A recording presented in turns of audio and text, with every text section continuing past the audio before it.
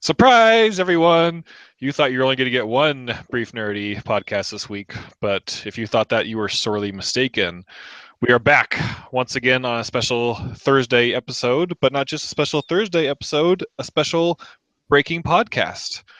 As you all know, TJ recently finished watching Breaking Bad, and so he came up with a fantastic idea to hold a special Breaking Bad spoiler-full podcast. Isn't that right, TJ? Yes, yeah, just to say right off the bat, it will be completely full of spoilers. So So we're going if to you talk haven't all watched about the that show, moment when we're going to talk about that moment when Walt goes to clown college, yeah, when Marie ends up being behind everything all along. You know, that's when Walt Jr. travels back from the future into the past to warn Skyler about Walt. So and to So have you- that 50th birthday breakfast again because that veggie bacon was so good. So yes, at this point, if you're watching the show and you have not finished it, or if you haven't seen it at all, like stay away and come back to this when you are all done. But seriously, go watch Breaking Bad if you haven't seen it. It is the greatest. Well, it'll be the final discussion of our topic, but is it one of the greatest TV shows ever made? We'll So, find out. I definitely think it's up there, if not. So, spoiler alert. but yeah, so spoilers from here on out going forward. But TJ, it's not just you and me today, is it? No, we have a third guest here. Trent is not here because he has not really gotten through the show yet. So, obviously we would love for Trent to be here, but as we said, full of spoilers, so we wanted him to steer clear. Don't talk but we too bad about him because we're going to want him to come back and listen to this once he finishes. So. That's true. But yeah, our guest today is a very old friend of mine, one of my best friends, John. Say hello, John. Hey guys, how's it going? Yeah, so John is also a very big Breaking Bad fan, but we're going to get to that first here. We're going to talk about kind of like how we got into the show, when we started watching it, because I think we all have kind of different stories. So yeah, Ryan, if you want to go ahead and kick that off, kind of tell us like what made you start watching it, when did you start watching it, all that good stuff. Yeah, I mean, just one more thing to kind of predicate, just let you know that everyone know that we aren't like super experts of Breaking Bad. We haven't seen the show a bazillion times and know every single frame of everything, but we all just love the show and want to talk about it. So forgive us if we make a small mistake, because even Walter White makes mistakes, right, guys? That's right. Didn't make a single mistake the entire show, but that's debatable, I think, depending on how you look at it. But yeah, yes. So I started watching. I think it was 2010, 2011. I don't remember the exact time frame. I just kind of remember where I was at the time. I was going to school, and being the kind of uber nerd that I like to think I am, lots of people come to me with like, "Hey, you should watch this show. Hey, you should watch this show." Even here on the podcast, you hear Ross or TJ or Trent or whomever is on like, "Hey, you need to watch this show. You need to watch The 100. It's the best show ever. You need to watch." And so I quite frankly, I kind of get that all the time. And so when my cousin approached me and was like, "Dude, you really need to watch Breaking Bad," it was just kind of another one of those, dude, you need to watch the shows that I got. So I was like, yeah, whatever. And so I kind of put on my list, I throw it on a pile like I typically tell people. But then that summer I found that, again, I was kind of caught up on my shows and I was needing something else, and he was just very, very persistent. And the show was in between seasons 2 and 3 at that point. So I was able to binge watch and catch up. I want to say I was hooked immediately, like a lot of people, but I actually wasn't. It took me probably about midway through season 2 until I was like, wow, this is really, I can't stop watching, sort of thing. Oh, wow. I kick myself when I go back and watch like the first season, because I'm like, man, this is so good. But I don't know what was wrong with me then. But It was a different time. It was a different time, but Yeah, you just didn't get it yet.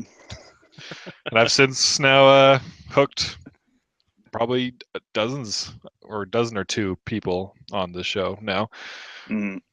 Yeah, that's one thing you both have been telling me for a long time, that I need to watch Breaking Bad, and it was one of those things where I was like, all right, I'll get around to it. I will. Years, I think I told you. to watch that show. Well, aren't you glad that I finally came around and convinced him? Absolutely. Yeah, I wasn't listening to you, John. It took Ryan to convince me. When he told me he started watching it, I got so excited just because I started thinking about the show again and just having someone else to talk to it again after all those years. I was feeling the same way, but obviously, Yeah. Yeah. So go ahead, John. Like, tell us, because you watched it before I did. So go ahead and tell us like what kind of made you start watching it and when you started watching it. Yeah, same story. Everyone kept telling me, "Oh, it's so great! It's so great! You have to watch the show." And I said, "Yeah, it sounds interesting. I would like to check it out." Put it off for a while. Finally, it came on Netflix, and that's when I dove into it. And that was like the height of my Netflix binge watching career. When I first signed up for Netflix, I would watch everything. And if I remember correctly, it was probably like when season 3 had ended. So I watched the first 3 seasons on Netflix fairly quickly. And I don't think I had much time to wait until season 4 got on Netflix. So then I was able to watch that and then caught up with it just in time for season 5 to air live and watch that on TV when it did. So you had to suffer with me through season 5 where they did 8 episodes and then split it in half with like a year wait between. Oh yeah, it was brutal. Right the moment Hank was on the toilet too. Oh like, yeah. What a cliffhanger.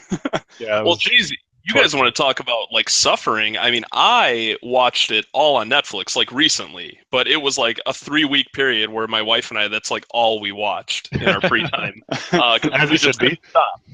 Oh yeah, and I have zero regrets. But I felt like almost waiting was worth it because I got to see it all, like, no breaks. I could watch it, at my own leisure and stuff. And there weren't those cliffhangers. Like the longest cliffhanger for me was like, okay, it's late. We both work tomorrow. We have to end here, but we'll pick it up tomorrow, So how did you guys do that? Especially when you guys had a taste of binge watching and then it turned into the weekly episode format. How did you guys do that? Well, I mean, luckily it was only 1 season for me that I had to wait because I was able to watch 4 of them on Netflix. But yeah, then when season 5 came around, I have a friend who I meet up with pretty much on a weekly basis, and we always watch the big shows that are on, and we would always just hang out and watch them and talk about them and stuff. So that kind of got me through it till the following week. Sure.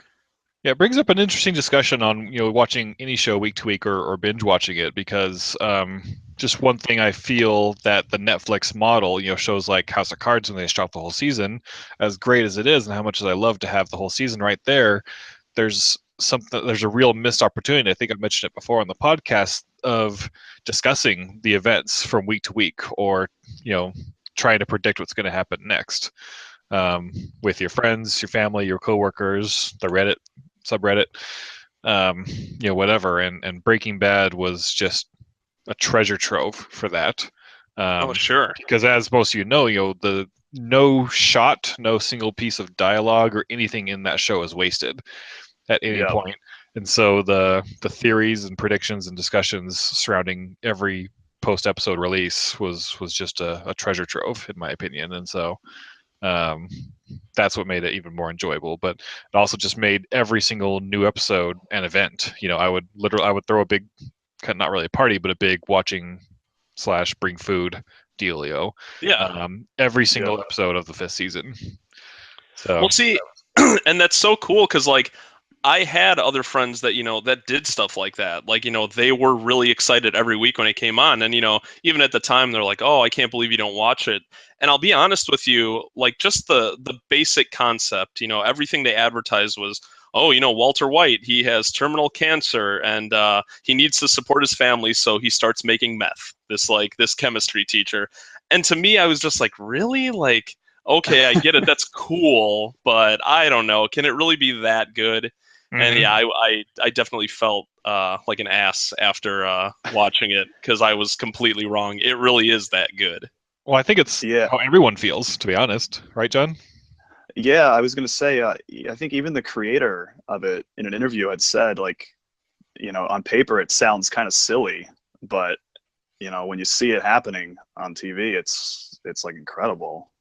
Just the show they made out of it. Yeah, it really is something special. And obviously, if you're listening to this, you've watched it. But I'm sure you feel the same way because I've yet to talk to anyone that was like, "Eh, it was okay. Eh, I've seen better." you know.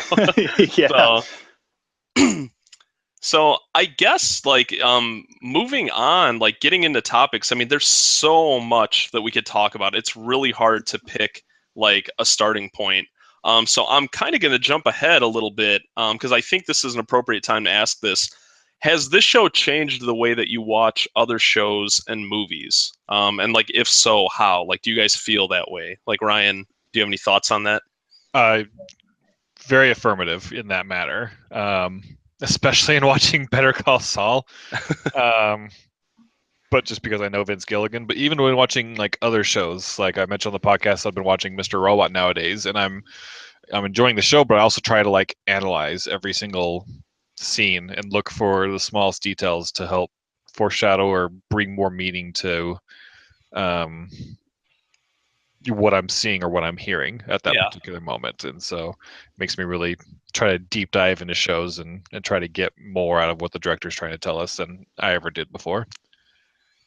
Sure. What about you, John? Yeah, I would say it definitely does. And I try to go into everything I watch with a pretty open mind, and I'm not like trying to compare everything to Breaking Bad, but just the way some stuff is structured. Like Ryan, I believe you said this in one of your earlier shows, like watching some TV shows now on cable, and it's like that 24 episode run, and it's kind of hard to get through it, but something like this, it just flows so much more, and it's overall better that way, I think. Yeah, and just like I'm sorry, go ahead. No, you go ahead. Yeah, other stuff too, like just the way this show is filmed, like the shots, like just how things look, just looks so good. Yeah, everything is intentional, and right. Like I mentioned earlier, like not a single shot nor piece of dialogue is wasted. Yeah, and like to compare it to another show like Game of Thrones, I am a Game of Thrones fan, and I do enjoy that. I don't think I enjoy it nearly as much as all these other fans seem to, but something like that, even though I do enjoy it, there's just so many characters, there's so much going on. It can kind of be hard to follow sometimes, but then something like Breaking Bad is just so clear and so focused and so well put together. It's just I am one way of those more Game of Thrones enjoyable. fans. I've read the books, and I go through the wiki all the time, and okay.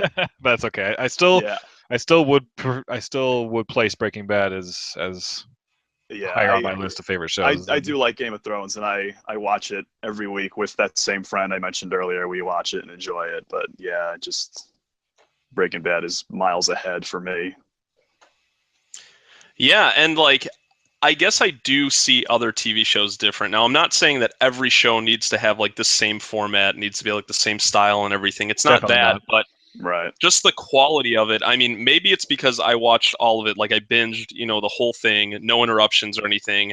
And to me, it didn't feel like I was watching episodes. That's why, like, if we don't have this topic, but if we were to say, like, what's your favorite episode of the series, like, I couldn't even pick one because it all just flowed together to me. It was constantly moving forward. I think I can safely say that the three of us might agree. If we had to say if there was any filler in the whole series, it would be the Fly episode.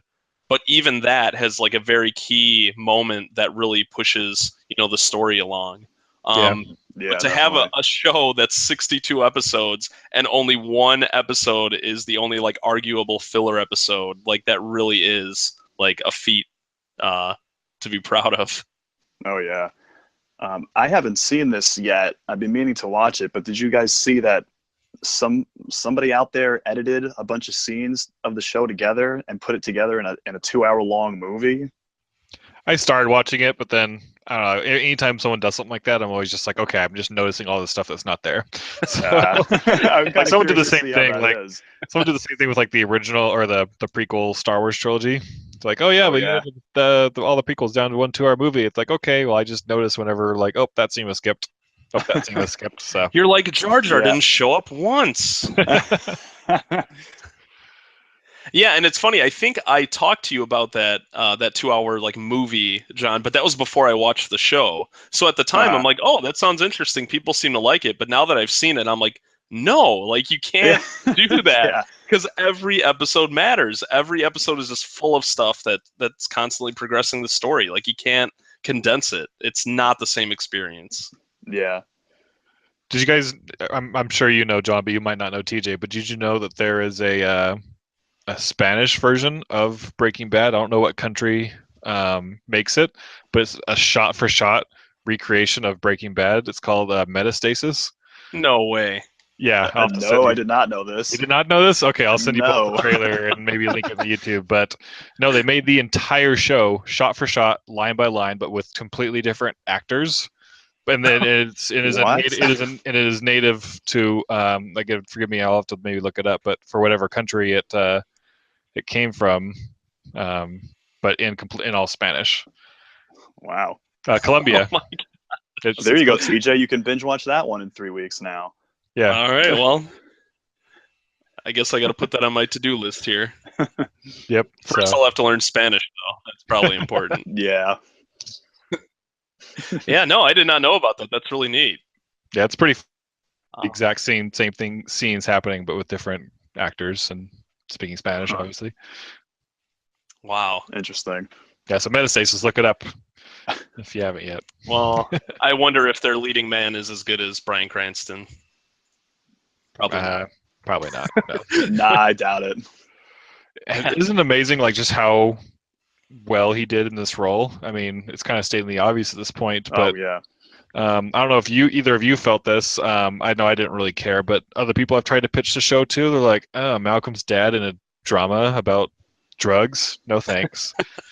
I'm just like, "No, you don't understand." Well, I think I've told you Yeah. guys that, like, that's what kind of kept, like, me and my wife away, is because my wife, like, she was not a fan of Malcolm in the Middle at all. So whenever she saw the commercials for Breaking Bad and stuff, she only saw Malcolm's dad. And she's like, no, like, I can't watch that show. And then, you know, like, I was like, yeah, you know, whatever. And then when you see it, it's like you no longer see him as Malcolm's dad. Like, now you see him as Walter White. Pretty much. Yeah, he is Walter White to me now for sure. It's funny because Vince Gilligan actually mentioned that he loves to hire comedians in his show because, quote unquote, everyone knows that comedy is harder than drama. And so the people who have mastered the art of comedy in film or television are just next level when it comes to drama. And that's why I think our two shows leading people, Bryan Cranston and Bob Odenkirk are just phenomenal in each of their shows right now. Well, yeah, like you told me about that, and I looked into it a bit more, and I just assumed it was some of like the main characters. But I mean, even some of the smaller yet still important characters, like Huel, like I didn't know he's a stand-up comedian.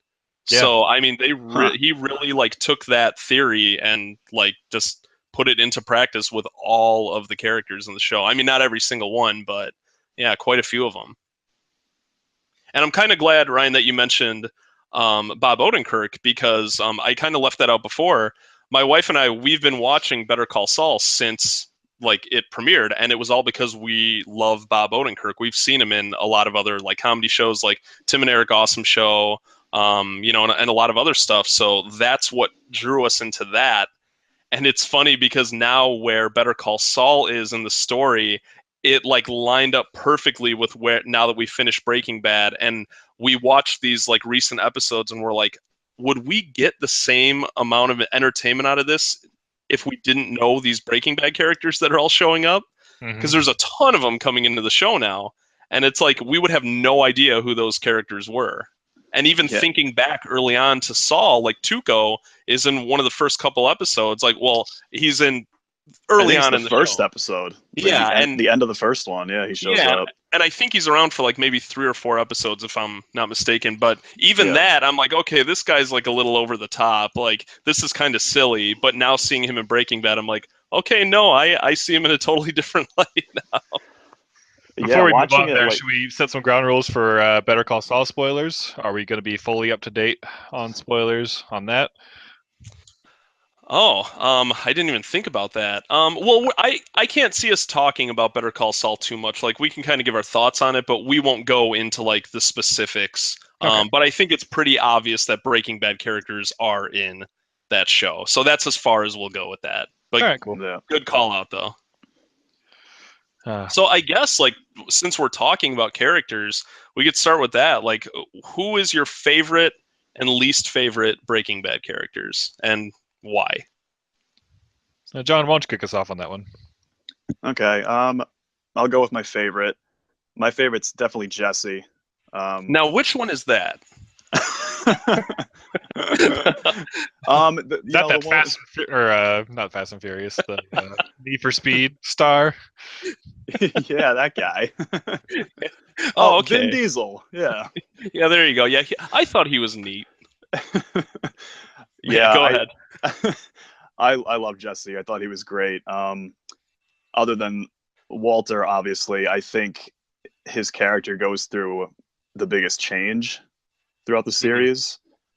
And I went back and watched the first season over again after I'd finished it, and seeing him in those early episodes, I was like, man, this guy's a punk and he's annoying. And I was like, why, how do I like this guy so much? But then he really just comes into his own as the show progresses. And, once the story starts getting real, he starts to kind of wise up and become a much deeper character. Well, and I think that's one of the things that's so great about the show is like if you could only take like a few words to really describe the show, I think the word change would be one of those, because almost all of the characters go through an extreme change, from when they first show up to the end. And yeah, Jesse is definitely a good example of that. Which gives me goosebumps literally right now, because that's exactly what happens in the first episode when he's teaching chemistry, and he talks about what change is as he's like spraying the spray bottle into the fire, and he's like, that's right. I can't. I wish I could quote it right now, but I can't. But like, chemistry is the study of matter, and change is blah blah blah, and it's decay, it's transformation. Like his whole just little 30-second chemistry teacher spiel there in the classroom in the pilot episode just completely describes what happens to him and the rest of the characters throughout. I did not even catch that. That's crazy. Yeah. Because you didn't know then. No, I didn't know. I guess I'll have to watch it again. But yeah, so he's got a lot of good catchphrases too. Oh, of course. I always laugh because Aaron Paul, from what I've like been reading up on him, like supposedly he's really great to his fans. Like he does a lot of cool stuff with them. And I even like on Twitter now, Breaking Bad's been over for years now, but he still like jokes about it and is happy to talk about it. But he's moved on to do like other things too. So he's not just like hanging on to that, for dear life. Yeah, he's still like gets called bitch all the time. Yeah, that's what I was gonna say. You feel so bad for him because like, everyone calls him that, yo bitch, all that stuff. Like that's all he gets. So but he's a good sport. Or people will come up to him and be like, call my wife a bitch, please. Yeah. They'll be like dialing up the wife on the phone. He's like, please call my wife a bitch. He's like, I don't really wanna. So what about you, Ryan? Who would you say your favorite character is? Oh, it's such a hard decision. Even I've been thinking about it for a long time, but even if they're not your favorite, just what character do you think kind of like stood out and just one that you think is worth talking about? Not to say that the others aren't worth talking about, but you know what I mean. I really want to say Hank.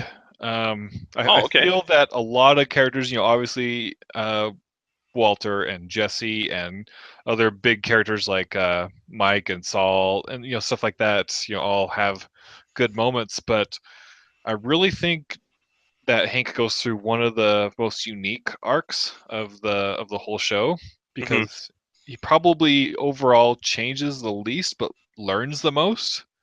Oh, that's a good way of putting it. So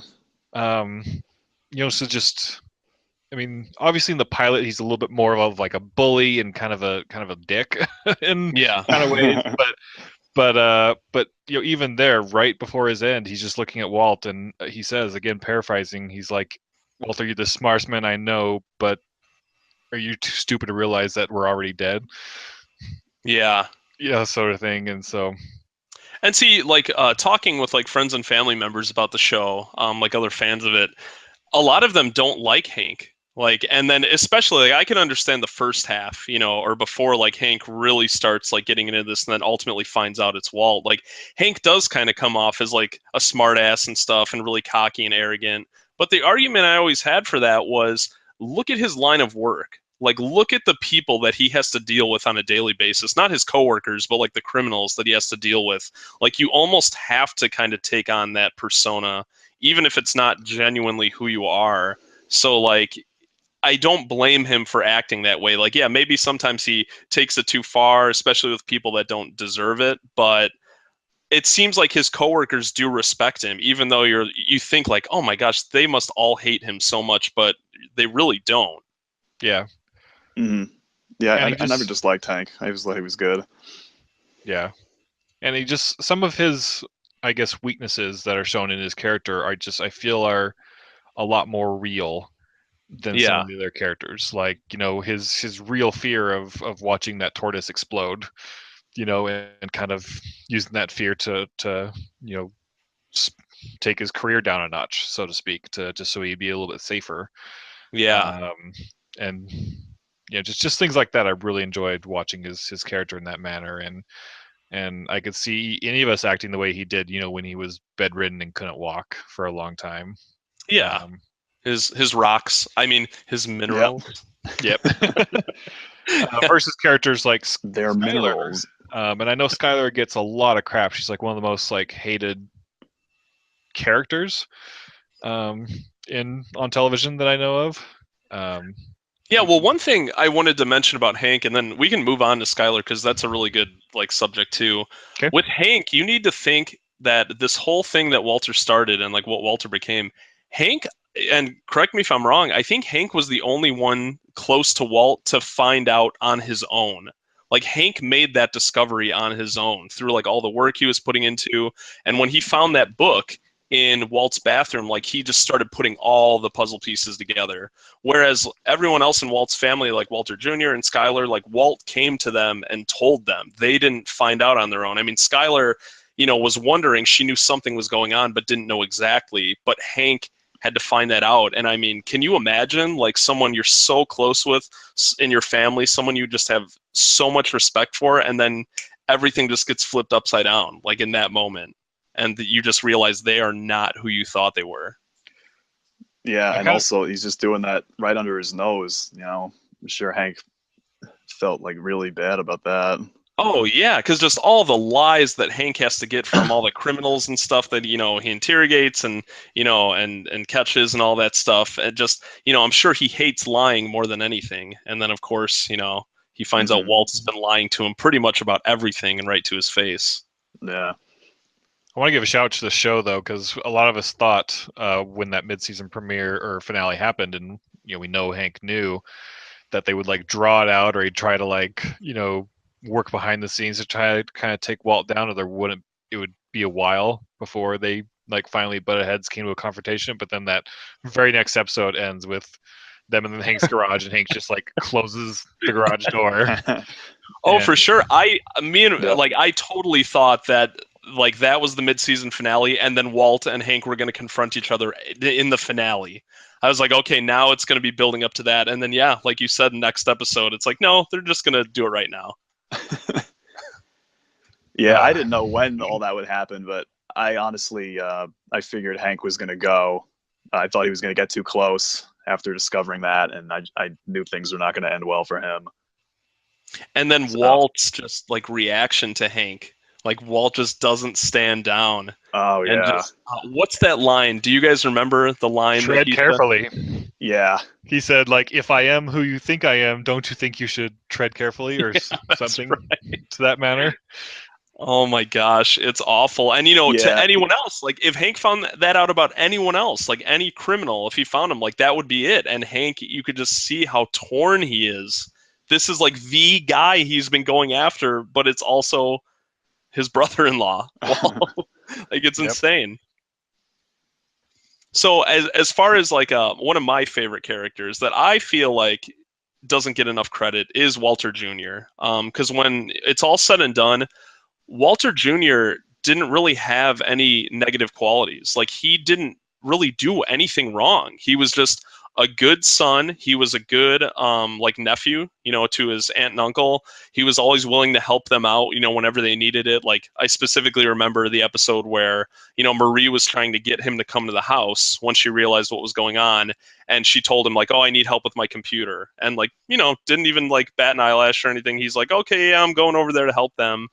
He was just such a good kid. And I mean, Holly aside, like, Holly doesn't count because she's a baby. I mean, obviously she's innocent, but I guess with how all of the other characters had their secret, watching the show, I was waiting for Walter Jr.'s secret to come out. I'm like, okay, he's got to be hiding something, and he never was. He was just a good teenage kid that like loved his family, always put them first.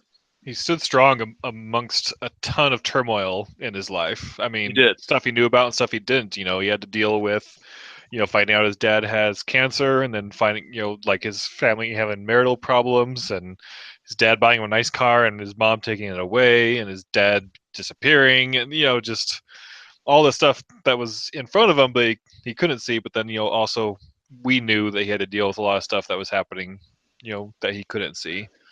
Yeah, So. I think I felt the worst for him too when he finally does find out about Walt. Like, just his reaction to it was crazy. I felt horrible for him.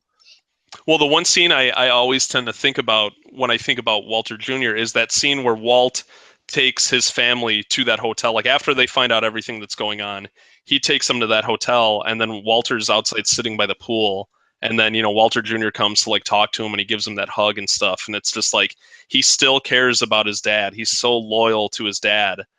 But when he finds out that he killed Hank, even after all that time passes, like, he still will not let that go. Like, his dad, like the number one person he looks up to, like, now means nothing to him because of what he did to his Uncle Hank.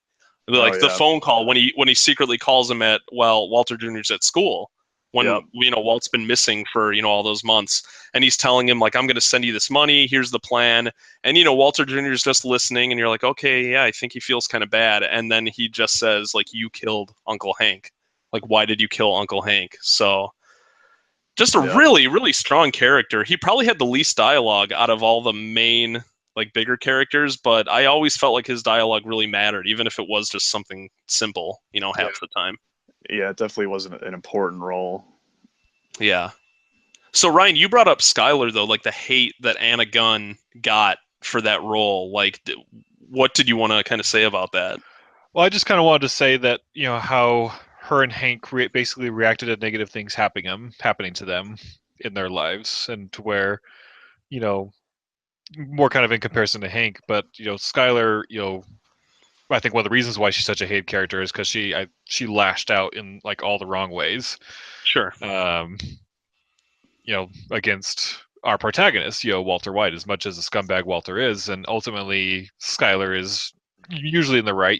Smoking when you have a baby and cheating on your husband is never, good things. But it's just amazing like how well she could portray just all the crap that Skyler had to deal with. Yeah, and I haven't looked into it too much yet, but I know supposedly, like, I guess she wrote like a whole article or something just talking about like what happened and all the hate that she got. And Vince Gilligan said in an interview that she's like a really great person in real life, but she's very sentimental, and she really, really took that to heart. And it kind of makes me wonder, there's these figurines of like the Titan series of like, just, it's the blind box figurines of Breaking Bad characters, and they have like every character that you would think of except for Skyler. Like, they even have Hank and Marie. Like, Marie has a figure. Really? And Really? But I mean, Saul, Walter Jr., like Jesse, even Mike. And the RV is a figurine, and there is no Skyler. Huh. And I just wonder. Jeez. I just wonder if that maybe has something to do with it. I mean, I'm just speaking theoretically here, but I wonder if they were just like, no, we don't want to put any type of like figure or anything with her out there, for people to, what's the word I'm looking for? like not necessarily destroy, but just kind of use to further show their hatred for that character. Yeah, it's crazy. Yeah, it's funny you said that because I did not know there was not a Skylar figure, because I was going to use this to lead into my least favorite character is Marie. And I bought one of those blind box figures. And I'm like, anyone but Marie, anyone but Marie. And I open it and it's Marie. So I have a little Marie figure on my nightstand right now that I'm not too happy about. And she comes with a spoon, doesn't she? No, That's I don't awesome. have anything with her. She's supposed to. Maybe I threw it away by accident. I don't remember that. Amazing. No, I don't have a spoon. But I did not realize there was not a Skylar figure. That's interesting. Yeah, there's not. I mean, there's everyone. Pretty much everyone. And yeah, she's not in there. And I don't think they ever made anything like that for her. And I really wonder if that's why. Yeah, maybe. I'm kind of glad you brought up Marie, though, because I really like Marie. Like, I can understand, just like Hank, she's very annoying early on, but by the end, you see how loyal she is to her family. And she's made a lot of mistakes, with like the shoplifting and stuff like that. Yeah. But she really does like love and care about her family. And she was the one character, I mean, let me know if you disagree, but I felt like out of all the characters, she was the one that didn't really get like full closure by the end of the series. Like, I didn't really feel like they kind of wrapped things up with her and showed like where she was going after all this happened. Like, what do you guys think? Yeah, I would agree with that. I just said she was my least favorite because it's hard to pick someone I don't like, because I feel like everyone played their part very well in the show. Oh, of course. And I mean, the actress was great. I definitely saw her and Skylar as sisters. And like, as different as they were, I saw Marie and Hank as like a good couple. Like, I could see them together in real life, Mm-hmm. But I don't know. I've been trying to think of a better reason all week, and she just kind of annoyed me. That I found her very annoying throughout the series. I agree and disagree. We never see her. After the third to last episode, I'm gonna butcher the pronunciation, but is it Osmodazius? I don't. Yeah, that was terrible. It's fine. I know what you're talking about. Yeah. I don't think we see her after that, but I think that the character gets closure. Once Walt goes to Skylar and gives her the coordinates of where Hank's body is buried. Yeah. Sure. I feel like she had the least to do in the series. It's true. I would agree with that, out of the main characters. Yeah, I don't know. I just wasn't too crazy about her. Yeah, I feel like her role was still important, but yeah, I would agree, probably the least important. Right. But it would definitely have been a lot. The dynamic would have been a lot different without her, though. Right. Yeah, that's it all comes together as one, so it worked. Just one last character I wanted to hit on, just at least for myself, unless you guys wanted to hit on another one. But I didn't mention him earlier because he seems almost too obvious. But how awesome is Mike? Oh, so good. Mike I is want to the mention him best. first because it was just too obvious. Mike is just the best, right? Yeah, Mike, and especially like carrying over to Better Call Saul. Like, he plays a very predominant role in Better Call Saul, and I mean, he doesn't skip a beat. I mean, he really doesn't. Like, he's an older, actor, but he doesn't seem like it. I know the show Better Call Saul wasn't filmed, too long after Breaking Bad, but I mean, he's still Mike. Like, he's the exact same, and he's just perfect for that role. Oh yeah, and he's kind of a mystery throughout Breaking Bad, although he does do a lot, especially in the later half of the series. But then it's really cool to see more of his origin in Saul. That was one thing that got someone hooked on Breaking Bad. My roommate and I at the time, when Better Call Saul was first starting-ish, my roommate's friend had come over and we were kind of hanging out, but then I was like, oh, it's time to watch Better Call Saul. It just came out. And so we went to watch it, and the friend was just like, oh, I'll just hang out and watch it if you guys don't mind. I'm like, oh, have you seen either Better Call Saul or Breaking Bad? And he's like, nah, but it's cool. And it happened to be the episode, and I won't go into spoilers, but it's the episode of Better Call Saul that really focuses on Mike's backstory involving shady cops, so to speak. You guys know what I'm talking about? Oh, yeah. Yep. And so, like, this guy saw that episode and was like, holy expletive. And he's like, I have got to watch these shows. And then he binge watched Breaking Bad in 3 weeks. Yeah, pretty much. So Yeah. Mike's just awesome. Yeah, I think it goes without saying that Mike is like just hands down one of the coolest, if not the coolest and best characters in both of those shows. He's great. Yeah. Mm-hmm. Now, one character that I hated, but I think for good reasoning, I think it was obviously intentional, was Hector Tio Salamanca. He barely has any dialogue in the whole show except for that flashback scene. And then him and that Belle, like, they nailed it, man. Even just, you can hear the other characters that know him, like especially Gus. Like, I think there's a moment in the elevator when the elevator makes that dinging noise and Gus hears it and kind of cringes. Like it's oh, wow, like I don't remember that. yeah, his fingers kind of like start twitching and stuff.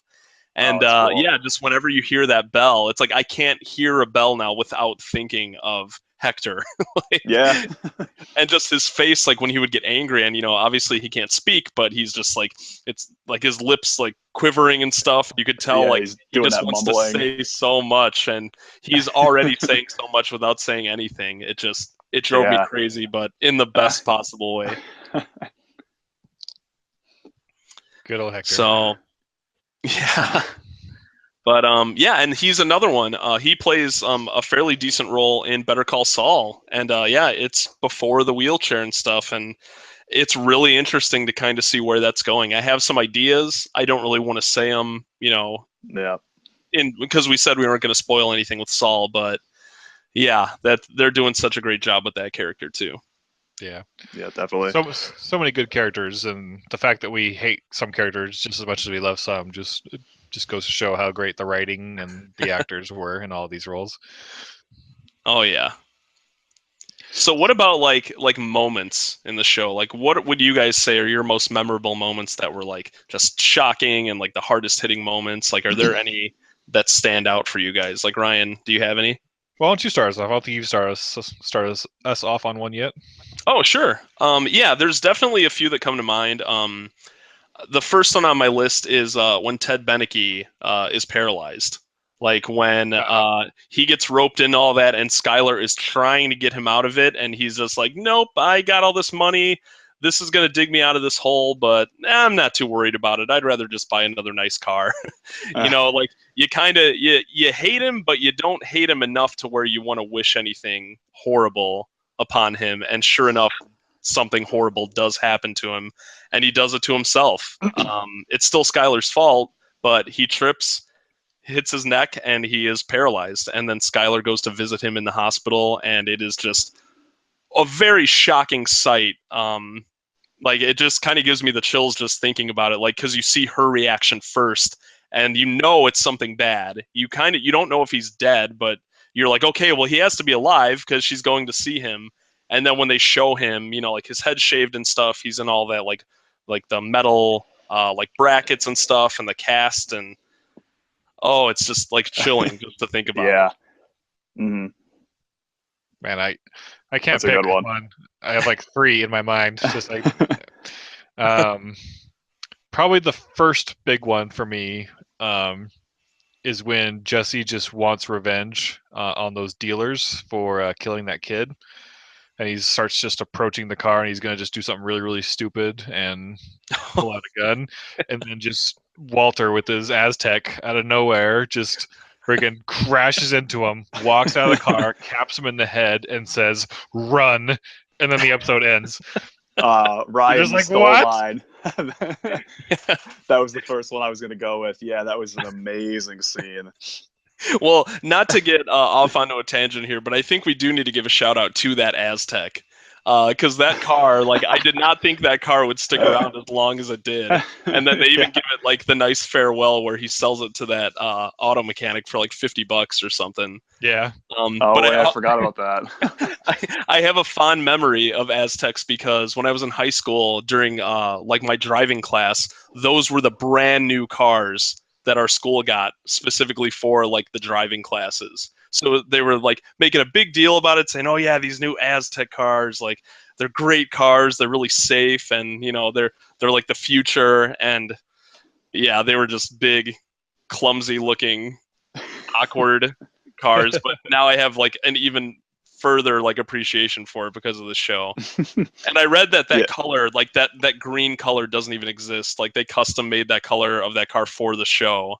And it's like, even that's so fitting, just this horrible, like lame green color on this car. And it's like, that's what Walter picked. Yeah, when I saw that scene, I don't mean this as a figure of speech. I 100% genuinely jumped out of my seat and started screaming when he shoots that guy in the head. It was nuts. It was just so out of nowhere because we hadn't really seen Walt be that like inherently violent yet. Oh yeah, I mean that was like the snap of a finger. He just took charge and mowed those guys down, and it was just shocking. Because at that point, who has Walt killed up until that point? Was it just the guy in the basement of Jesse's house, the guy that they captured? I'm not going to remember exactly. Did he kill anybody when he like blew up Tuco's place? Oh, yeah, maybe. Probably. He might have. Yeah, but yeah, this was the first time where like even that was just like he had that just in case he had to get out of there. And then the guy he killed in the basement, like he just knew he had no choice. He probably was going to let him go, but when he saw that piece of the plate missing, he knew like he couldn't let him go. There was no way they were both going to be able to go their separate ways. So this was the first moment where Walt just kind of made that executive decision of like, okay, I'm going to handle this the way I think it needs to be handled. Yeah. So very, very good scene. Mm-hmm. That was great. John, do you have another one since I stole yours? Because I have a couple more. Yeah, I got a few. Another one I'd have to bring up is the season 3 ender where Jesse has to kill Gale to save Walt's life. Oh man.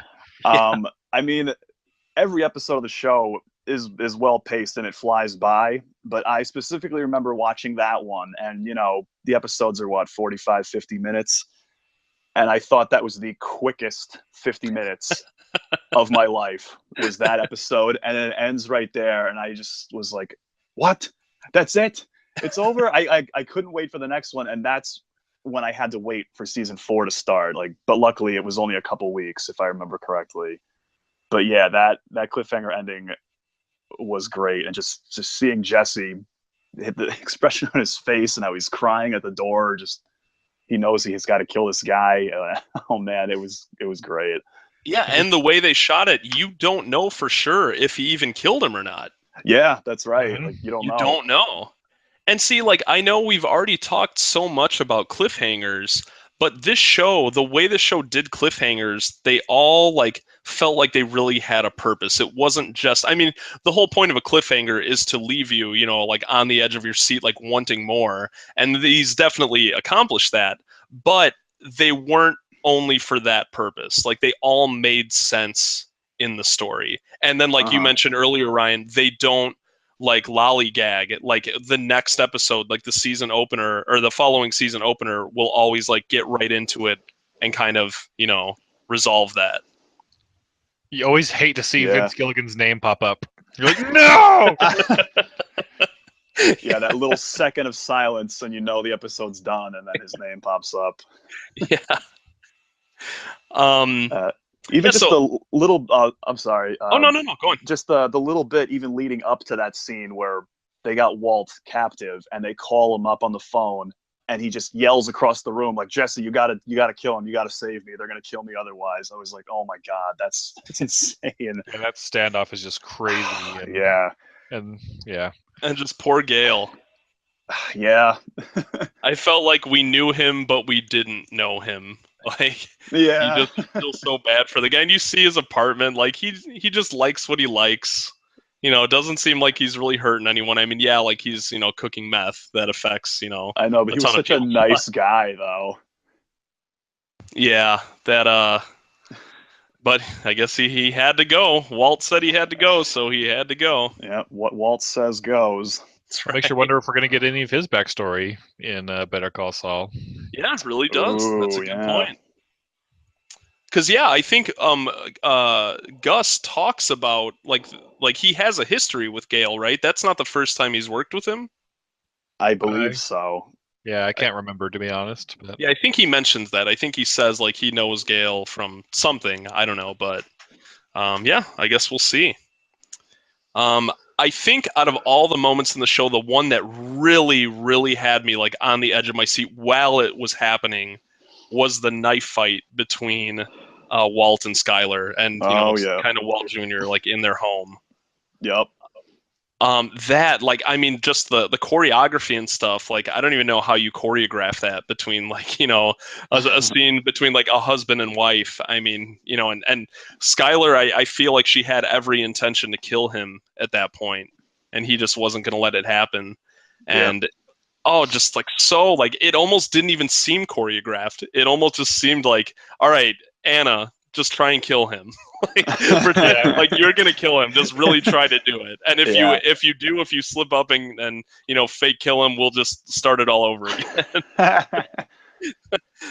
Yeah, that scene really got me. And then just getting back to feeling so bad, for Walter Jr. Just him having to see that and then get involved, save his mom and his dad, like just brutal. I really thought that someone was going to die at that moment. Yeah, I thought it wasn't going to be Walter or Skyler. It's going to be Walter Jr. or even Holly, possibly. Oh yeah, I thought Junior was going to get at least very badly hurt in that fight too. That's what I was thinking. Yeah, and I mean it could have went either way. Like Walt could have unintentionally hurt him, or just imagine if Skyler accidentally hurt him. Then it's like, she's so upset that she did that to him, but then also Walt made her do this. This only happened because of Walt. So, yeah, that moment really got to me. I'll always remember that one. Yeah, it was intense. What else you got, Ryan? I'm going to say the entire episode of Ozymandias. I looked up how to pronounce it, and that's how you pronounce it. But it's that same episode, but no, not really. I mean, we could spend a whole nother 3 hours just talking about that episode. To begin with, but I'm going to kind of cheat a little bit, but kind of two moments that kind of connect. One is when Walter was watching Jane drown, so to speak, in her bed. Yep. Of course. That was just a really, really powerful moment, and then it was just magnified by the beginning of Ozymandias when Jesse almost like couldn't be in a worse spot or a lower state of mind. And then just to like twist the knife, so to speak, Walter just has to go up to him and say, I watched Jane die. I could have saved her, but I didn't. Yeah. He almost tells him about it in the Fly episode, if I remember correctly, right? That's right. Yeah, that was cool. Yeah, because Ryan, you told me that Fly episode, like if you go back and watch the series again, the Fly episode's the one you skip, but you said you definitely need to watch it once. But you said you skipped that though, right? Yeah. Yeah, that's a very strange episode. Not to kind of get off topic of like the hard hitting moments, but yeah, that episode it definitely did stand out. You kind of gave me a warning, like you didn't spoil anything. You just said like, hey, there's going to be one episode where it's like two guys in a room, and it's very different from all the other episodes. You're like, but definitely watch it. But that's the one I kind of don't go back to, and I totally understand why. But that episode, like, it's so split. Like, people either hate that episode or they absolutely love it. I loved it. I thought it was great. I definitely say I don't hate it, but I really like. It's probably the longest hour of the show. So and you could just be like TLDR. Walter feels guilty about watching Jane die. Well, it's so funny. My stepdad Randy, he became like a huge fan of the show. He kind of started watching it when the show was coming to an end. I think there were only like 3 episodes left, but he kept hearing about it, and he's like, okay, I'm just gonna turn it on. Like it's on. I'll turn this on, see what the show's all about. And the first episode he saw was the Fly episode, and he was like, what the hell is this? He's like, why do people like this so much? He's like, this is so like goofy. Like this is one of the best shows on TV. Are you kidding me? And then obviously he went back and watched them all, and has a different opinion now. But I thought that was funny. I'm like, the one episode that you start, wow. the show off with is that one. Very in contrast to my roommate's friend who saw that one Yeah. episode of Better Call Saul. So Yeah, but that moment though, well, no, I mean, you said like that whole episode, but yeah, that Jane moment, I believe, Bryan Cranston said in an interview that scene was really hard for him to do because he just imagined his daughter like being in that situation. And yeah, I mean, as we all know, Walt had every opportunity to save her. All he had to do was just kind of pick her up, and he's like, Yeah, nope, she's not good for Jesse. That's not good for me. So no. Yeah, he Goodbye. goes for it for a second, right? He's about to save her, but then he's like, nah. Yeah. So it's would probably you guys? his original natural instinct to try to save her until Right. he thought about it for a second. Yeah. So would you guys say that? Do you think that's the moment that kind of put Walt over the edge? Do you think that's when he kind of started changing into what he ultimately became, or do you think there was a different moment? It's hard to say because I mean, right off the bat, he's in this drug business and he kills those guys, even though that wasn't self-defense. But yeah, I think that might be the biggest turning point in a whole sense of evil that he already was in. So I really Sure. think it was really a slow change throughout the whole series, like almost like crossing a football field. They're just kind of like if you're slowly walking across it, so to speak, like you're walking at the same pace, but all of a sudden you realize like, holy crap, they're at the 50-yard line already. Yeah. Moving from one side to the other. When something drastic like that does happen. Yeah. And so Because yeah, I think you're right. Like the first guy he kills in the basement, that's out of self-defense. He gets himself in that situation and he realizes, okay, I can't let him go. If he doesn't kill me right now, he's going to try and kill me later. So he had to. Then the drug dealers that Jesse was going after, Jesse was going to die in that scenario. If Walt didn't show up, Jesse might have killed one of them, but Jesse was going to die. And I think Jesse might have even known that going into it. I think he just kind of accepted it. But this was the first situation where Walter just made that decision like, okay, it doesn't really affect our lives, but it affects Jesse, which affects me. So I think this is what's best for the business. Right. So she didn't have to die, but Walt just thought, yeah, I think it's time. Yeah. And that's crazy. Yes. Which unless did you have anything else to say about that, Ryan? Because that kind of leads me into what I was going to bring up next. Just one little small thing is that Sure. when he dons the hat and becomes Heisenberg, it kind of disintegrates his morality a little bit more than if he's just Walter at a certain moment. Sure. Because he does bad stuff as Walter, quote unquote, but when he puts on that hat and becomes Heisenberg, it's almost like he's playing a character. Yeah. And it's almost like Bruce Wayne Batman, like in a weird twisted way. Yeah, and so, but obviously those characters merge into one to the point they're indistinguishable by the end. So, absolutely. Yeah. So I think to kind of like round off or to top off like the hardest hitting moments, I think I've talked to you guys a little bit about this, like outside of the show, but I definitely wanted to bring this up because I don't really hear a lot of people talk about it. The most shocking moment to me is a moment that doesn't even happen on camera, but what happens, and that's when Walt poisons Brock, Jesse's girlfriend's son. Yep. That's a big reveal. It's with what was the flower called? The berries or whatever he used to poison him. I don't remember. You find out that Walter did that, and it doesn't kill him, thankfully. But, puts him in the hospital, freaks everyone out and stuff, almost gets Jesse into a lot of trouble.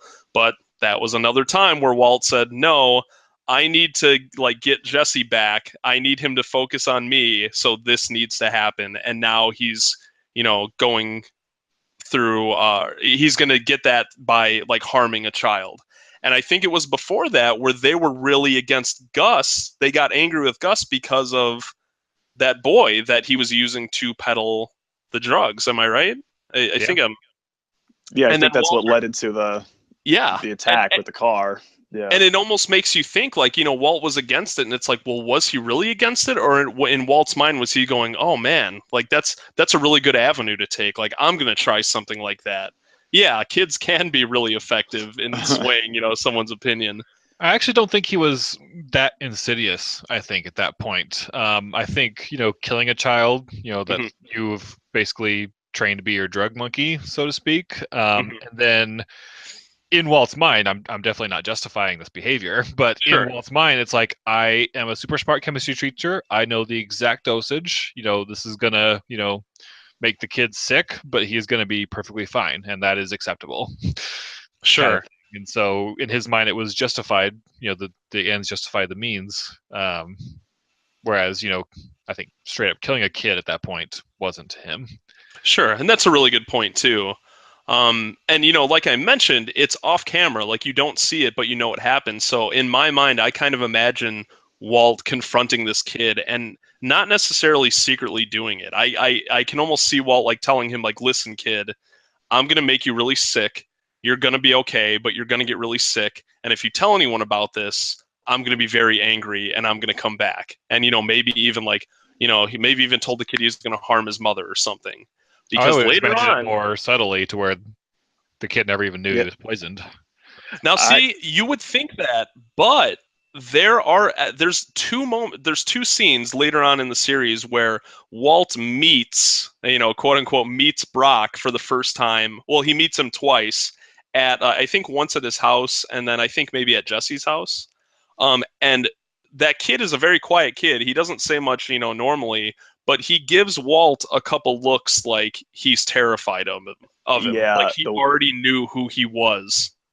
Yeah, he definitely looks scared, and he looks at Walt and then he'll look away like he's afraid of him. So I never Walt noticed that. must have done Yeah. something. If you go back and see it, it's really subtle looks, but he definitely looks at him like, oh my gosh, like this guy's introducing himself, but obviously I know who this guy is.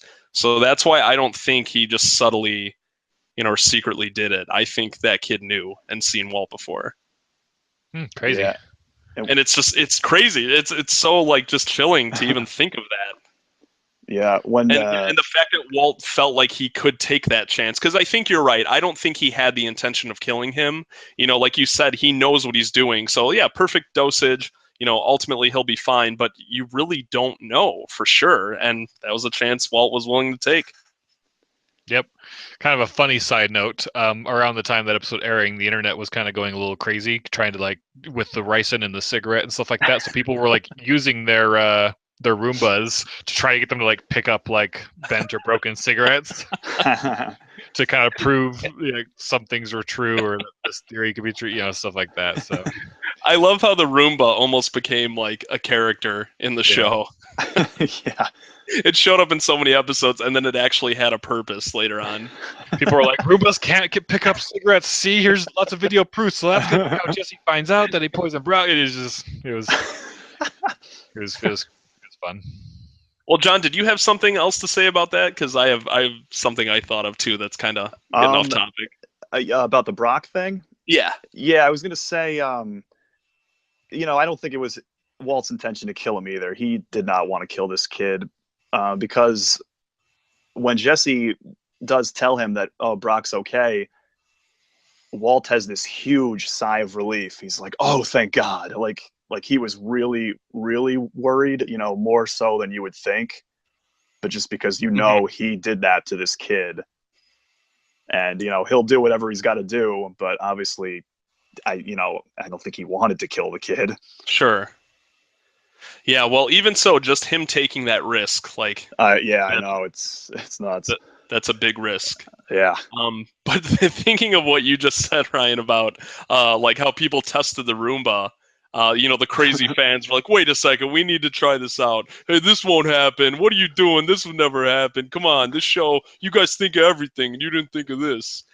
It makes me think of when Walt throws the pizza onto the roof. Now, I don't think I talked to you about this, Ryan, but let me know if you caught this. So Walt throws the pizza on the roof. I feel like at the time, the internet and fans went crazy because they were probably wondering why the pizza wasn't cut. Yep. I So, know where you're going with it too. So a few episodes later, I think it's a few episodes later, Jesse's having a party and Badger brings pizzas to the house because Jesse's always like, here's money, order pizza. He brings a pizza and Jesse opens it. He's like, this isn't even cut. And Badger goes, oh yeah, it's the new thing they're doing. Like, think of all the man hours they save, and it just ultimately saves them a lot of money. so they don't pass cut the savings on to you. That's right.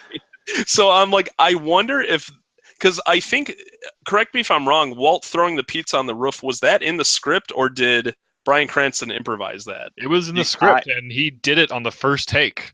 Oh, okay, so that's the story. Okay. Yeah. Oh, I thought it was improvised. Maybe I'm just remembering wrong. No, because they were planning on like getting some like fishing string tied to the pizza and having people like on the other side of the house like kind of pull, to kind of get it, things like that. But they wanted to try it a couple of times to see what happened, and he nailed it on the first take. So I don't know why I didn't realize that at first, that the pizza wasn't cut. I just didn't even think of that.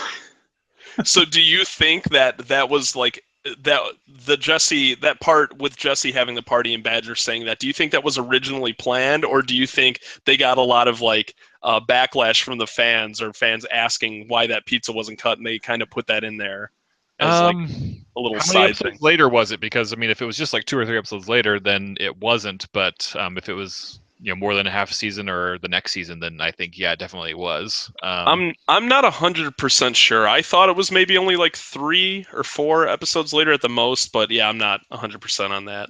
Well, there's one instance that the fans did correct some continuity errors, because going back to the Roomba, people were just like testing it, not to say like, oh, the show's so unrealistic, but they were like, oh, Jesse's going to figure out that Roombas can't pick up cigarettes, and he's going to find out that Walt planted it. But the thing that did change with continuity, because as you know, in season 5, it starts out with the flash forward showing Walt another year older and kind of showing the precursor to what happens in the final episode. Mm-hmm. And in that scene, when he's at the diner and he gives him like the New Hampshire driver's license ID, during that scene, he's not wearing the watch Jesse gave him. But then at that point through the show, he's always wearing it. And so fans like caught on to that and were messaging the creators being like, why isn't he wearing the watch or stuff like that? And then Vince Gilligan realized it was literally just a continuity error. They forgot to have him wear his watch during the filming of that scene. And so they added, either the second to last or the very last episode, that scene of him leaving the watch behind on that phone booth. Oh, that's right.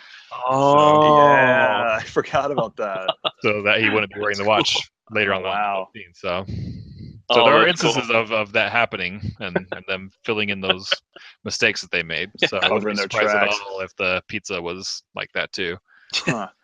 And even with that pizza, the poor lady that actually lives in that house, because that is a real house, like in a real neighborhood, that poor lady for months had to deal with people throwing pizzas on her roof. And it got to the point where Bryan Cranston had to like openly like write a letter or like just make a statement asking fans to please stop doing that to this poor lady's house. Were those pizzas cut? That's a good question. Let's go throw one on and see. I guess it depends on how good of fans they were. Yeah. How hardcore they were. I guess right now you could actually, there's a tour bus in Albuquerque that takes you like to all the Breaking Bad sites. Like, well, it's not a tour bus. It is a tour RV. Oh, really? Oh, didn't know that. Yeah, it is an RV, and supposedly it is people that worked on the show. Like they lead the tours and stuff. It's like a 3-hour tour where they take you to all the different locations that they can. And yeah, like they ask you trivia questions and they have prizes and stuff like that. I would love to do that one day. That's way cool. I would also love to do that. Like back in 2013, 14, one of those. I was driving cross country and I didn't pass through Albuquerque, but like I went really, really close. And so like it was like a 50-mile detour. Unfortunately, it was like night both times because I was driving through the night. So I was like, oh, if it wasn't night, I would be totally detouring over to Albuquerque right now. And would you get your car washed? Yeah, totally. Yeah, I know too. I don't know the website. I'm sure Googling it would be like an easy find. But there was a lady that made the meth for the show. It's just candy. I think it's just like blue rock candy. But she made it for the show, like they used it in the show for I think the first couple seasons. And she sells that. Like you can buy that candy. I have some. Oh, you do? Yeah. I was gonna try to find some way to sneak this in, but I didn't know when. But in between the two halves of season 5, San Diego Comic-Con happened, and naturally they were there in a full presence, marketing the show and having panels and stuff like that. Unfortunately, I wasn't able to get into the panel, but the Hard Rock Cafe right outside of the San Diego Convention Center was having a special like Breaking Bad night. And me and my friend, who was also just super in the show, we went there for the Breaking Bad like celebration kind of thing, and they were selling like drinks that were blue and stuff like that, and they had tons of that candy in there, and they're giving it out to people in like beakers and petri dishes, like that. It was a lot of fun, and then at the end of the night, like the cast showed up. Like, oh wow! All of them. Oh, cool. Everybody, like Walt, Hank, Marie, Skyler. All the main characters. And I unfortunately didn't get to meet any of them because obviously they got sworn pretty quickly, and they kind of got moved over to like behind like a VIP section so people could like say hi or like kind of talk to them but not overcrowded. But it got a little bit crowded after that, so we weren't able to get close. But it was way cool. That's awesome. And so you still have that candy, or did you eat it? Nope, it's still here. It's sealed, and it's literally sitting right above my monitor right now. I have a shelf full of a bunch of Mass Effect stuff, Shovel Knight, Star Wars. I got my Marie figure on my desk right now. Yeah. Well, here's a curveball question. I know it might be kind of hard to think of on the spot, but I just thought of it. If you could have one prop from the show, what would you have? What would Does the Winnebago count? Anything counts. So yeah, if you want that Winnebago, you get that Winnebago. Yes. Heisenberg's hat. Okay. Ooh, that's a good one. All right. It might be kind of cliched, but I think I would want that pink teddy bear because I remember that driving me crazy every time they showed those like flash forward scenes in that season, and they would keep showing more and more of that bear, and I'm like, what is this? Why do you keep showing this? And then some people say that's foreshadowing what happens to Gus, and I can't believe this is like one of the first times we really mentioned Gus. Even after talking about all the characters, it's like Gus is just such an incredible character, and that just shows you how much you could talk about the show, and we didn't even bring him up at all. Yeah, I got a better one. Hector's wheelchair. Ooh, and the bell comes with it. Yes, the bell's attached. Gotta have the bell. Yep.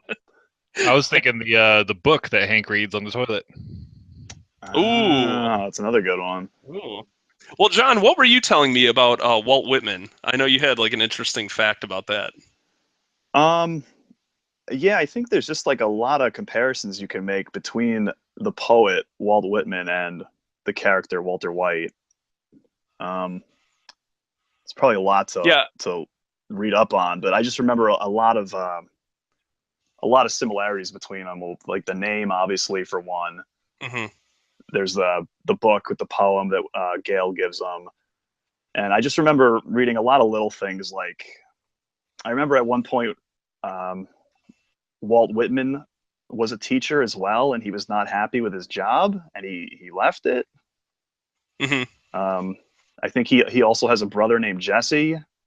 So I just a lot of little stuff like that. I mean, you could read a whole Wikipedia page about it, I'm sure, but cool. I'm sure there's a lot of other stuff that I didn't catch.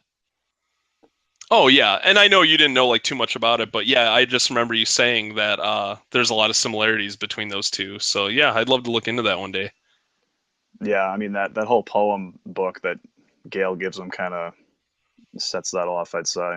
Well, the show itself just has tons of symbolism and foreshadowing, and we could probably spend another whole podcast just talking about the color code that they used in it alone, Yeah, so we don't have to get too deep into that, but like, what are some of the examples that you're talking about, Ryan? I feel like you probably know the most about this out of the three of us. Mainly only because like I was so involved with the Reddit discussion post, but I mean, there's little ones like Hank wanting to show Walter Jr. the movie Heat, the episode that the train heist happens on, while the movie Heat is about a train heist. Oh, wow. Yeah, there's always little ones like that just all throughout the show.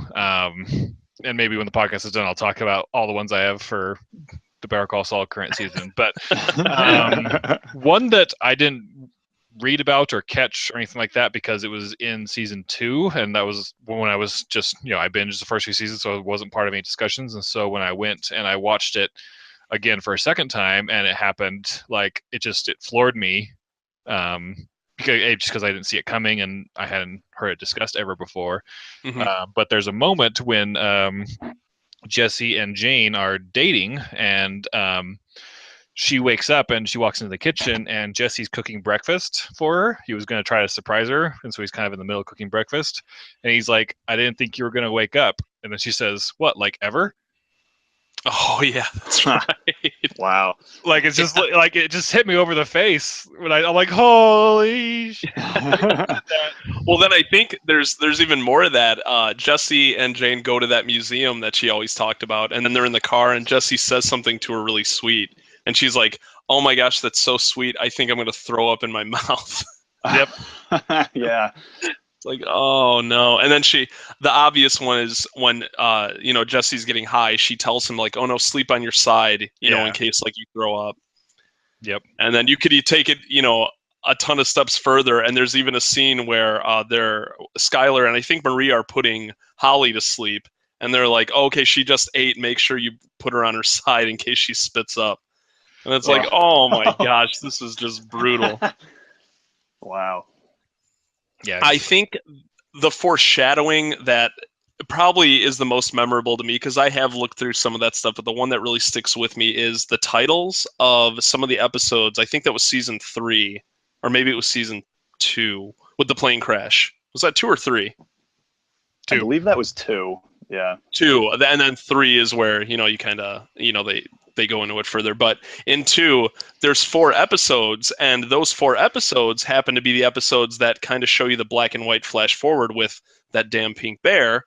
But the episodes in order, if you put them together, the titles, it's 737 down over ABQ. So they're basically spelling it out for you man. that the plane is going to crash. Wow, I never noticed that. Yeah.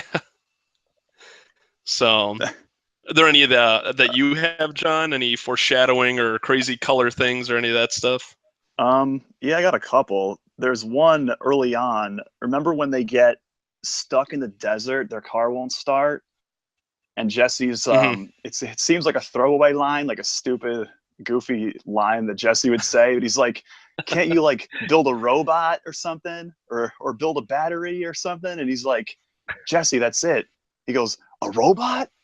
No, the battery." But then, in the series finale, he basically does build a robot arm to use that gun to get him out of that situation at the end. Yeah. So sometimes I kind of think that might be a bit of a stretch, but I like to imagine that was, I just thought of. I love that line from Jesse, the robot line. I thought that was so funny. Another one I wanted to mention that I have not seen online in my research is towards the end of the show. Remember when Mike and Jesse want to get out? They want to sell their part to the, I guess it's Todd and his uncle. Yes. But Walt does not. So Mike ties up Walt to keep him from messing up their deal. Yeah.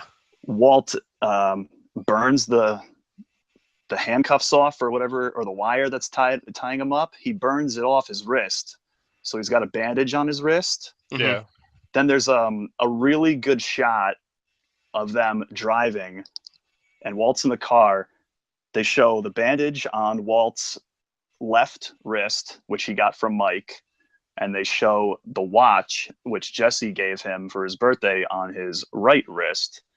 And in all media, the left side is always associated with like the more sinister or evil kind of side. So just the fact that the bandage that he got from Mike was on his left arm, I was like, oh no, something bad's gonna happen to Mike. And sure enough, Walt kills him pretty much just out of anger and frustration. So I thought that was a really good one. Yeah, no, it is. And I mean, the show is just filled with these. I mean, we could have a whole show just talking about these. I mean, like it's Yeah. There's so many. I mean, I even think about just the little thing of the first episode where Walt loses his pants. You know, they go flying through the air, and then the RV runs him over. And then in the Ozymandias episode, your favorite, Ryan, when Walt's rolling that barrel of money through the desert, he passes those pants. Yep. 5 seasons later, and those pants are still sitting there. And you know that episode is directed by Rian Johnson, who's directing the upcoming Star Wars Episode 8. Did you tell me that before? I told you that he directed my favorite episode, but did you tell?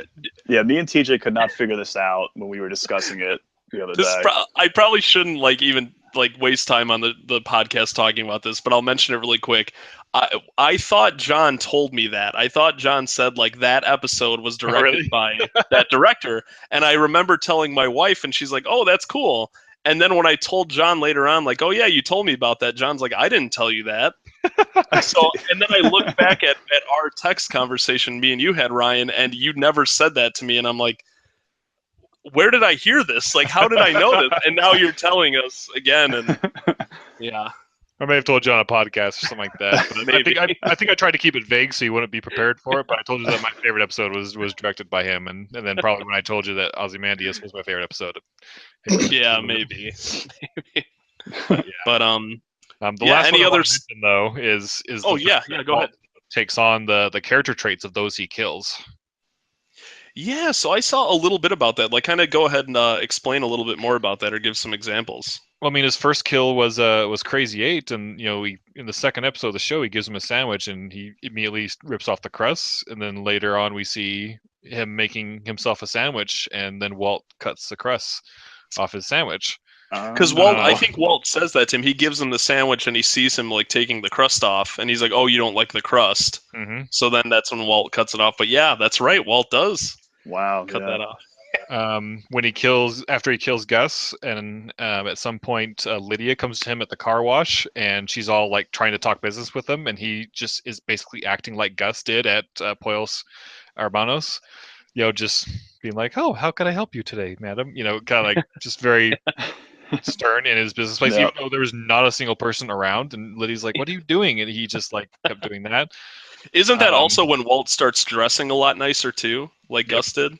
Yep. And then after he kills Mike, he orders Mike's drink. The next time he orders a drink, the same one that he had when he had his last drink with Mike. Huh. He orders the exact same drink the exact same way. No ice. Yeah, it's crazy. Wow. It's so crazy. And just the details of the show, like you said, we could fill a whole podcast up with it. So many little things, yeah. So let's kind of start getting close to wrapping this up. Yeah. Just a couple more topics. We kind of mentioned that we were going to talk about if it's the greatest TV show ever made, but just right before we get to that, we won't talk any spoilers, or at least much spoilers for Better Call Saul. But how does Better Call Saul stack up? And if you don't mind, I'll go ahead and go first. Sure, go for it. As you know, TJ, and I'm sure you know too, John, but we knew that they were making Better Call Saul right before Breaking Bad finished, but there was a lot of talk about what it was going to be. There was talking about being even just a half-hour comedy series. But in the end, they end up going with a very, very similar style show to Breaking Bad. And I, for one, think that while I don't know if it's going to be better than Breaking Bad, I think the way it ends is going to be the defining trait for it. But as of right now, it is equal in quality overall to me as Breaking Bad. Yeah, kind of like what I was saying earlier about Mike's character, that actor just not skipping a beat. I mean, you could say that about the whole show. I mean, it's a show that's filmed after Breaking Bad but takes place before. And it just feels like at this rate, they're just going to blend together perfectly, where you could start, with episode 1 of Better Call Saul and just watch all the way through to the end of Breaking Bad.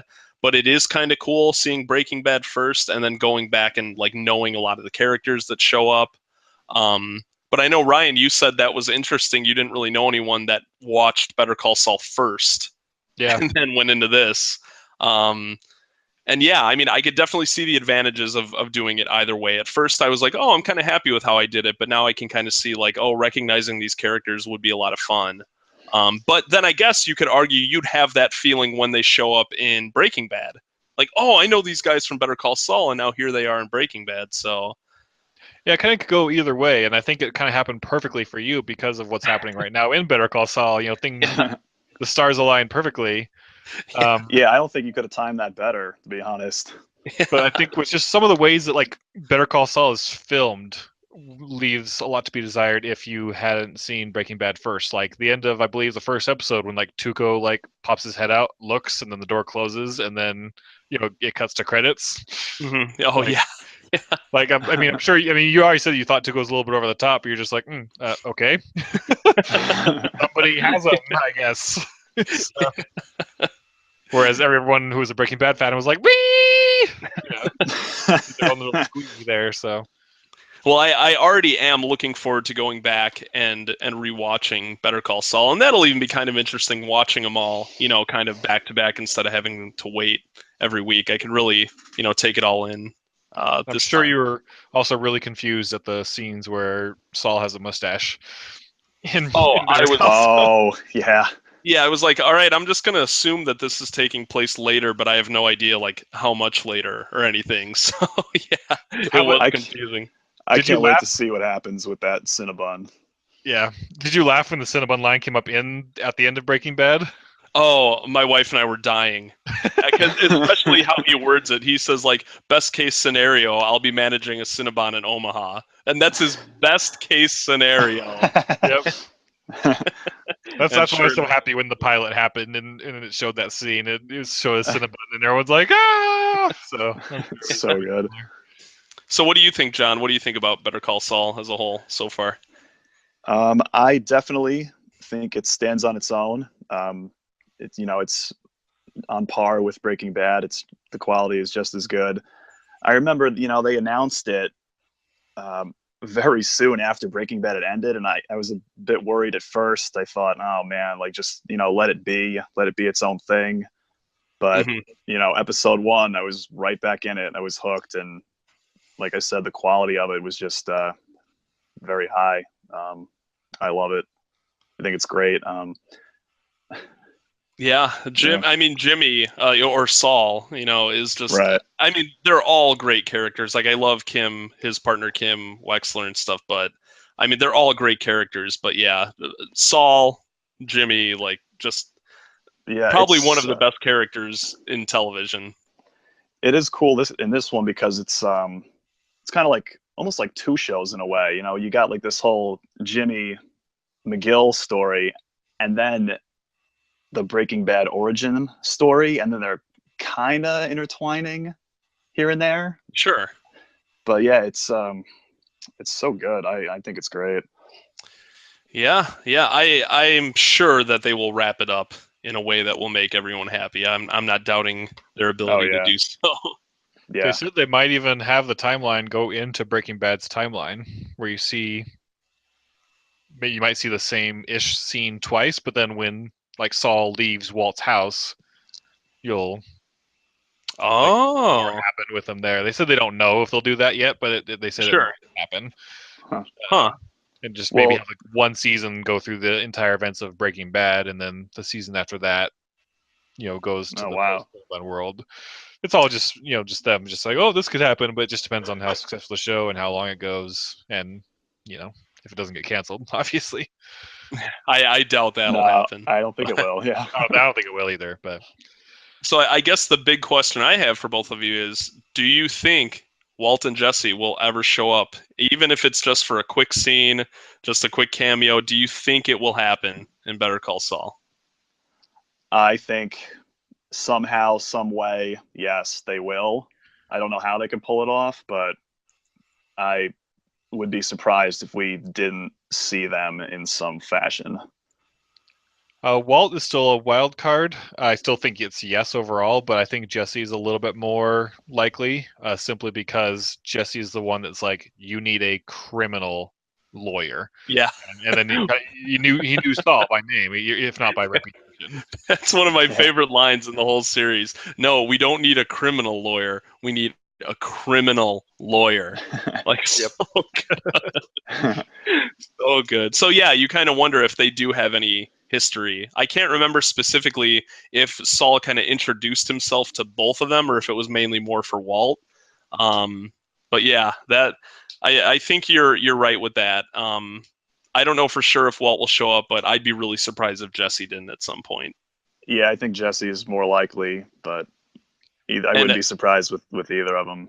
And people will lose their minds. The internet will explode the day that episode happens. The best thing I've heard, and I think it would just be perfect if just for some reason, just for the normal plot of the storyline, just Jimmy is in the high school and like he just like walks by and like peeks inside and sees Walt teaching a class and Jesse's in the class, and then just the camera is back outside and either walking or Kim walks up to him like, okay, let's go, at that point, and then it's just over. Oh, it's funny you said that, because that is, I wouldn't even call it a complaint about Breaking Bad, but that is one thing I was hoping for the whole series. I was hoping for a flashback where we got to see Jesse in Walt's chemistry class. Me too. Yeah, because I think the closest thing we got was the drawing when Jesse was at his parents' house going through his old drawings, and he had that drawing of I love Walt. that moment. Yeah, it was so good. He just starts laughing. Yeah, that would be another good prop to have. Have that framed. Jesse's drawing of Walt. Yep. All right, so yes or no, and then we could go into more detail if you want. But John, yes or no, is Breaking Bad the greatest TV show ever made? Well, if someone asks me what's my favorite show ever, my answer is, and always will be, The Simpsons, for much different reasons. That's my personal favorite show, I'd say. Nothing wrong with that. Yeah. But technically, overall, in terms of a series, I would have to say Breaking Bad is the best thing I've ever watched, if that makes sense. Sure. Yeah, Makes perfect sense. I can't think of a series from start to finish that I enjoyed more, or that I thought was of better quality. So I would say, yeah, and obviously I haven't seen every show out there, but yeah, nothing has grabbed me like this show did. Yeah, I totally understand the concept of favorite versus best. Right. Because, like my favorite movie is The Goonies, but I don't think that's the best piece of like cinema of all time. Yeah. Like it's got so many flaws, And even like my favorite show of all time is Batman the Animated Series, but I don't think it's the best, TV show ever made. Mm-hmm. I'd be really hard pressed to say that. I really think Breaking Bad might be the best show I've ever seen. Yeah. I really think it might, because I have like no complaints about it. Mm-hmm. I'm the same way, both on both sides of the coin, so to speak. Yeah, I could definitely see how, The Goonies is your favorite, but not the best, and so to speak. But I think Breaking Bad is my favorite and the best right now at the same time. I have lots of shows that are on my list of favorites, but Breaking Bad, I could watch over and over and over again. I just started again watching it with Trent, and it's my fourth time through now. Oh wow! And now I don't get sick of it. Like I'm watching it, and I'm still excited. And I'm still like plastered to the screen. Yeah, I really got to rewatch it, start to finish again, one of these days. It's kind of like, see, I've only seen it all the way through once, but I can't imagine myself going back and just watching specific episodes. Like I'd feel like I need to watch the whole thing. Like sometimes, I don't know if you guys ever experienced this, but there's albums that come out and it's like, it's hard for you to just pick a couple songs off of the album because you feel like you're missing out if you don't listen to the whole thing from start to finish. Mm-hmm. And this show is like that to me. I don't think I can go back. I mean, sure, I could go back and just enjoy a couple episodes, but I feel like I just want to watch all of it from start to finish again. Yeah. It's so worth it. I mean, especially when you know what happens, like you'll see all those foreshadowing things much, much clearer. Oh yeah. And it makes it just even better again. And yeah. Yeah. Oddly enough, I have seen most episodes twice. By the time I watched season 5 on TV, the way AMC did it was they'd air it at 9:00 my time, and then they'd show the next show, and then rerun Breaking Bad again at 11. I always watched every episode twice that night on TV. So I saw season 5 twice originally. I started watching it again. I went back and watched season 1, but I got caught up with other stuff, so I watched season 1 again. And then I had a bunch of friends that were always watching it at the same time too after I had finished. So if I went to their house or something, they might be watching it. So I would see random ones again here and there. So I have seen a lot of them twice, but I need to go start to finish one of these days again. Well, I think what I need to do, I need to set up every device I have all in like one room and just play Breaking Bad on all of them so I could just see it. Instead of having to watch it once through all the way, in one sitting, I could just watch it 10 times at once. There you go. All right. So if you made it here to the end and you haven't seen it yet, first off, shame on you for... Yeah, what are you doing? You just it's ruined now. But yeah, we warned you. But I would agree it's the greatest show ever made. So I would still tell you to go watch it, though. It's true. Yeah. Because there is so much more. I know we kind of mentioned it a little bit, but there is so much more. So many other characters and scenes, episodes. I mean, things. We could talk for hours and hours and hours. But obviously we can't cover everything. So even if you did listen to this and you don't know the show, there's still a lot that you won't know when you watch it. Yeah. Definitely. Check it out. All right. Well, that about wraps us up. Thank you, John. Thank you, TJ, for joining me on this special bonus edition, the Breaking Badcast here. Yes. Yeah. Thank you for having me. So yeah, thank you for wanting to do this little experiment episode. No, it's a lot of fun, and like I said, I haven't had a good Breaking Bad discussion in a while since the show's been over for a few years now. So it was really nice for me. I'm sure John feels the same way. So yeah, glad you finally watched it, and we could, live through you as you watched it again in some ways. So. I thought of you guys the whole time. Good. All right. Well, tell us what you thought of Breaking Bad and Better Call Saul. You could write to us on social media. Do it. Post a comment on YouTube. Send us an email. Whatever you'd like. We'd like to hear. What is some of your favorite characters or most shocking, hard-hitting moments in Breaking Bad as well. So definitely hit us up there. But in the meantime, we'll see you at our normal bat time, same bat channel next Monday. Have a good one. Bye, bitch. Later, yo. Respect the chemistry. Run.